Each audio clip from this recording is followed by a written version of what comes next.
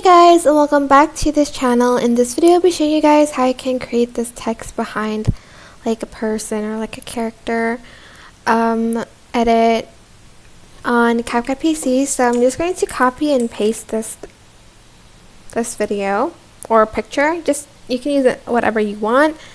And on the second like video or picture, just go to cutout here and select auto cutout. Now nothing's going to change yet, but it's where you're going to put your text later on. I'm just going to kind of go over here and add in a text. I'm just going to type in weekly, and I'm also going to change the font here and the style. You don't have to do that, but I'm just going to do that. Right click and select create compound clip and add this one on top and this one at the bottom.